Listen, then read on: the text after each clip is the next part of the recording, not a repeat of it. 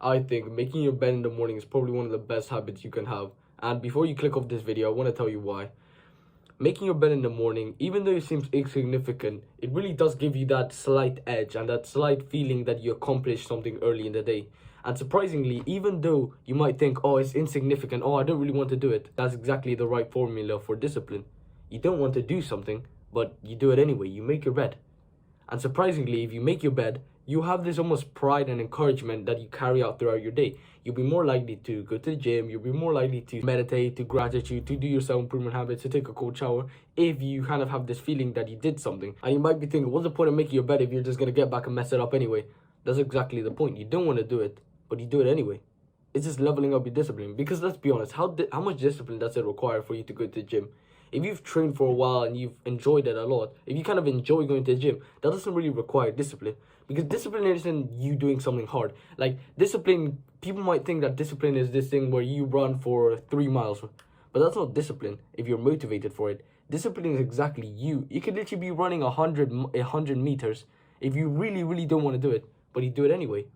That's called discipline. You don't want to do it, but you do it. If you're motivated to do it, then that is not discipline, that's just motivation. And I want to tell you something interesting, and that is that everything is connected. You know, when you skip the workout, you know you're about to finish the workout, but you're tired, you want to go back home, you just can't be asked to finish the last set, you can't be asked to finish the last exercise. Let's say it's like the plank, your last set. You don't want to do it, you go back home. But surprisingly, that doesn't just affect your workout, that actually affects that actually bleeds into other areas of your life. And I want to tell you a scenario where this happened to me.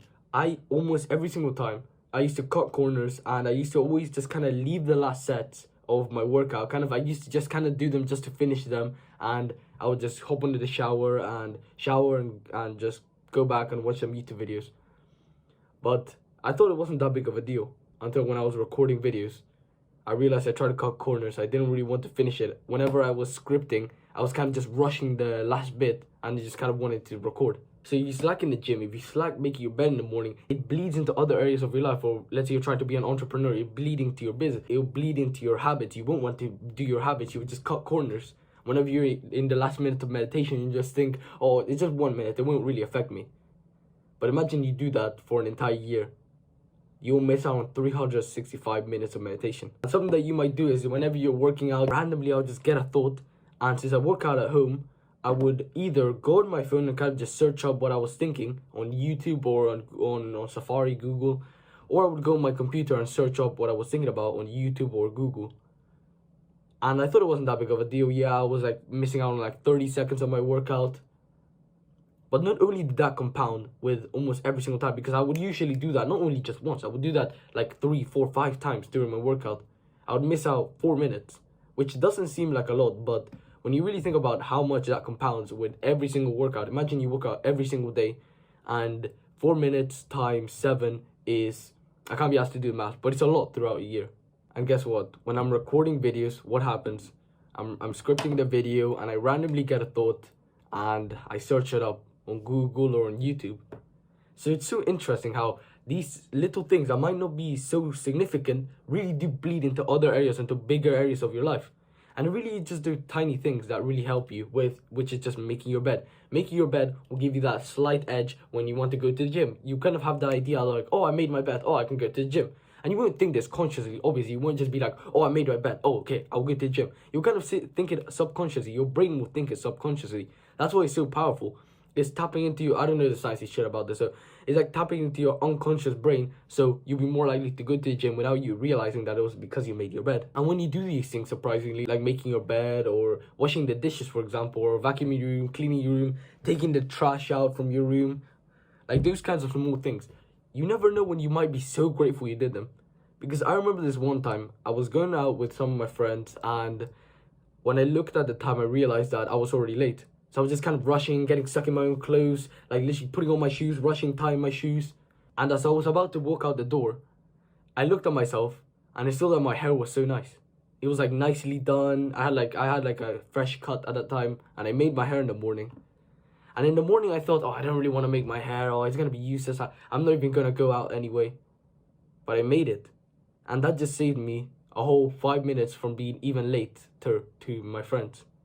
So you never know when these tiny things could actually just benefit you later in your day. Imagine you literally walk into your room and you're really tired, you just want to go to bed, and you see that your bed is done, and you just can't wait to get in it.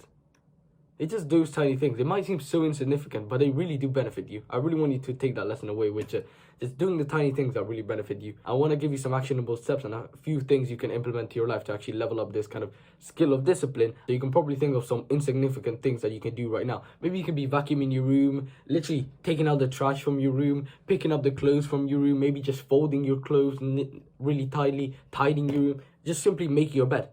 If you do that every single day, and if you don't want to, that's even better.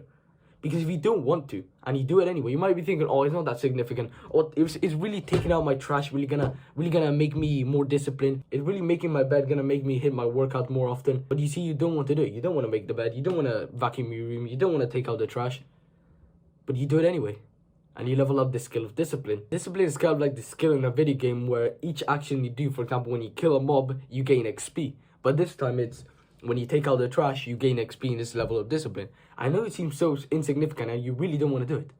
But when you really do it, it levels up this skill of discipline. It gives you more XP.